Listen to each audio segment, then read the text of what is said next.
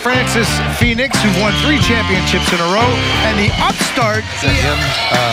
He will find the open guy. Those guys have to be ready to Timo again. Oh, my. Kawhi Leonard-like. Here's the snap. Brock drops the throw. He's firing for. That was a design play.